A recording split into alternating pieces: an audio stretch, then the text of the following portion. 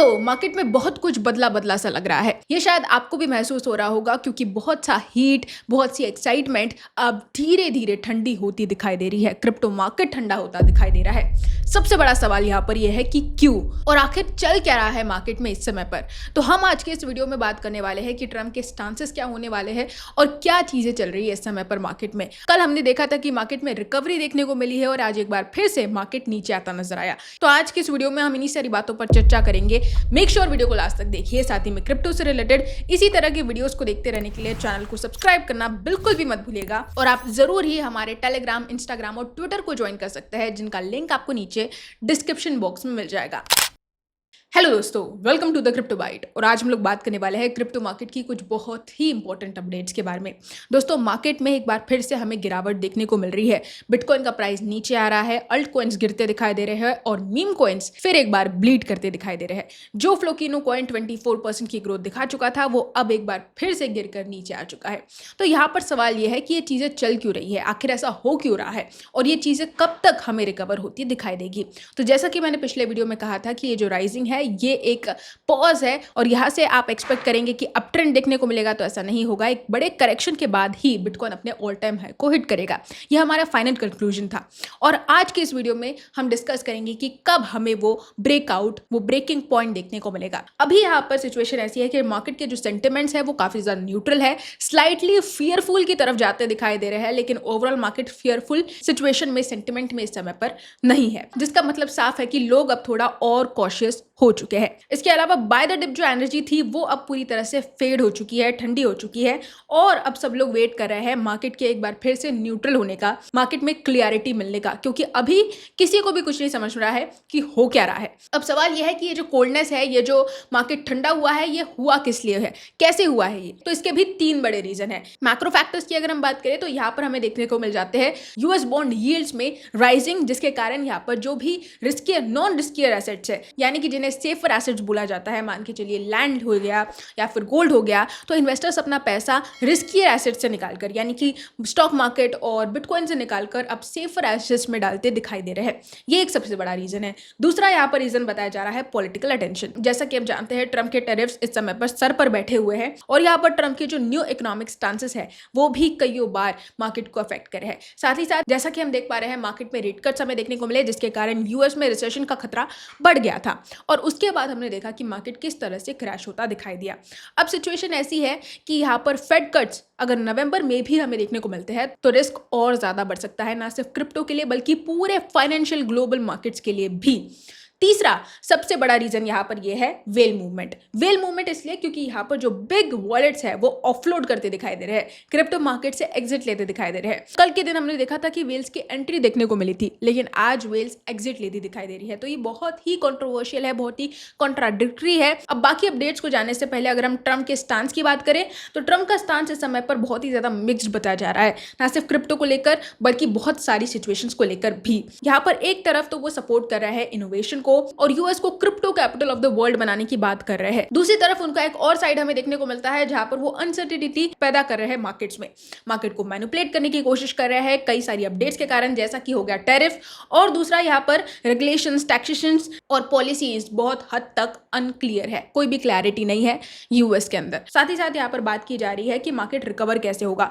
तो तीन साइंस हमें देखने को मिलेंगे जब मार्केट में बिटकॉइन अपने ऑल टाइम हाइस पर पहुंचेगा और ये तीन ही साइंस होंगे जिसके बाद हमें अल्ट कॉइन्स में रैली देखने को मिलेगी। क्या होंगे ये तीन साइंस? तो पहला साइन हमें देखने को मिलेगा जब लिक्विडिटी रिटर्न होती है मार्केट में। लिक्विडिटी रिटर्न तब होती है जब इन्वेस्टर्स जो है वो अपना कॉन्फिडेंस गेन कर लेते हैं, इन्वेस्टर्स को क्लैरिटी मिल जाती है कि मार्केट में आखिर चल क्या रहा है, उन्हें कंफ्यूजन नहीं होता है कि ट्रम्प के टैरिफ्स के कारण मार्केट गिर रहा है या वेल्स ऑफलोड कर रही है। तो जब मार्केट में इन्वेस्टर्स एक बार फिर से अपना कॉन्फिडेंस गेन कर लेते हैं तब हमें लिक्विडिटी रिटर्न आती दिखाई देती है और तब मार्केट में एक ग्रोथ देखने को मिलती है। दूसरा जो सबसे बड़ा रीजन है रेगुलेटरी क्लैरिटी। रेगुलेटरी क्लैरिटी से मतलब है यूएस और एशिया के अंदर ये जो रेगुलेटरी क्लैरिटी है बहुत ज्यादा जरूरी है, क्योंकि यहाँ पर यूएस में अगर हम बात करें तो जीनियस एक्ट को पास कर दिया गया है। कई सारे फेड मीटिंग्स हमें देखने को मिलने वाली है अगले कुछ महीनों में, जिसके कारण हम एक्सपेक्ट कर सकते हैं एक अच्छा रेगुलेशन। और तीसरा सबसे बड़ा रीजन है यहाँ पर कैटलिस्ट इवेंट्स। हम यहाँ पर जानते थे कि अक्टूबर मंथ में हमें कई सारे इथेरियम ईटीएफ्स अप्रूव होते दिखाई दे सकते हैं और इसी अक्टूबर मंथ में हमने देखा कि किस तरह से यूएस शटडाउन के कारण जो एसईसी के पास पावर थी वो बहुत ही ज्यादा कम हो चुकी है। एसईसी यूएस शटडाउन के कारण ज़्यादा इफेक्टिव नहीं है, जिसके कारण जो अप्रूवल्स हमें देखने को मिलने वाले थे ईटीएफ से रिलेटेड वो अब नहीं देखने को मिल पा रहे हैं। साथ ही साथ यहाँ पर जो इंटरेस्ट रेट कट्स है उनके कारण भी हमें चीज़ें बिगड़ती दिखाई दे रही है और साथ ही साथ यहाँ पर जो स्ट्रॉन्ग अर्निंग रिपोर्ट्स है वो भी अफेक्ट कर रही है। जाहिर है कुछ बड़े की इवेंट्स भी होने वाले हैं जिसके कारण मार्केट एक बार टर्न ले सकता है। कल के वीडियो में मैंने डिस्कस भी किया था, लेकिन वो की इवेंट्स बहुत ही ज़्यादा क्रूशियल थे। इसके अलावा कई सारी चीज़ें एक बड़ा रोल प्ले करती है, जिसमें आ जाता है US Fed next rate decision, जो कि हमें नवंबर मंथ में देखने को मिलेगा। यहाँ पर एनालिस्ट का ये मानना है कि इस समय पर जो फेज चल रहा है वो है pre halving after shock phase, जिसमें बिटकॉइन काफी हद तक नीचे गिर जाता है और हमें एक बड़े करेक्शन के बाद ही रिकवरी देखने को मिलती है।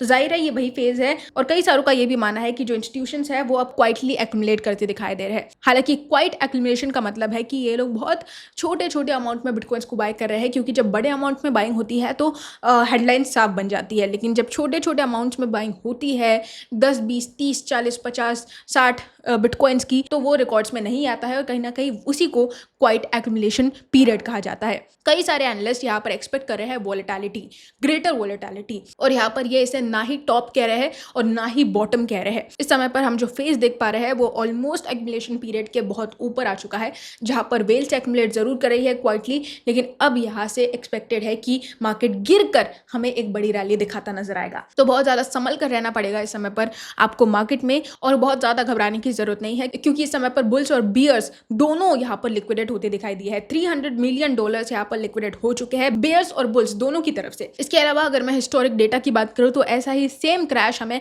इतिहास में कई बार देखने को मिला है। 2020 में जब बिटकॉइन केवल $3000 के आसपास पहुंच गया था तो काफी सारे लोग पैनिक कर चुके थे।